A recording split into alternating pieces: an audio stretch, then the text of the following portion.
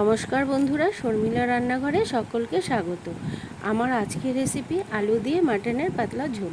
এর জন্য প্রথমে 700 গ্রাম মটন নিয়েছি। আগে থেকে জল ঝরানো টক দই দিয়ে ম্যারিনেট করে 30 মিনিট রেখে দেবো। এরপরে কড়াইয়ে 4 থেকে 5 চামচ তেল দিয়ে দেবো।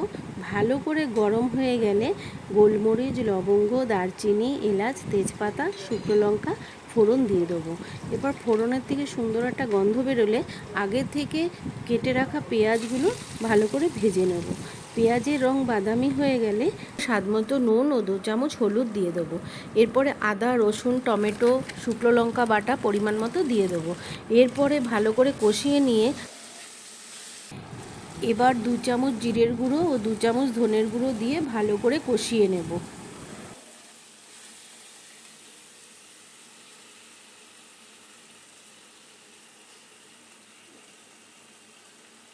প্রায় কিছুক্ষণ ভালো করে কষিয়ে নিয়ে মশলা থেকে তেল ছেড়ে এলে আগে থেকে ম্যারিনেট করা মাটনটা দিয়ে দেবো।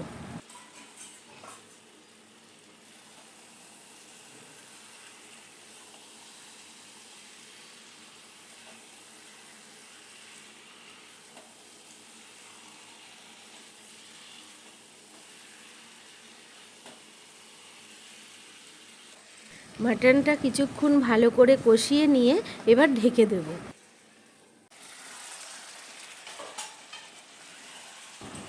মাটন থেকে জল বেরোলে ভালো করে আবারও কষিয়ে নেব।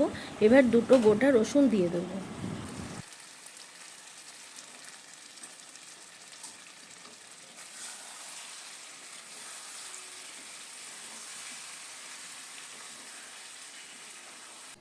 একদম কষা কষা হয়ে গেলে প্রেসার কুকারে মাটন দিয়ে দেবো।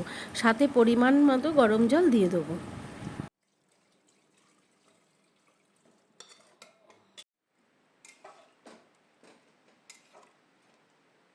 প্রথমে 4টে সিটি দিয়ে প্রেসার কুকারটা নামিয়ে নেব।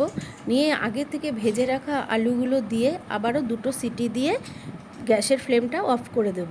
একদম রেডি আলু দিয়ে মাটনের ঝোল।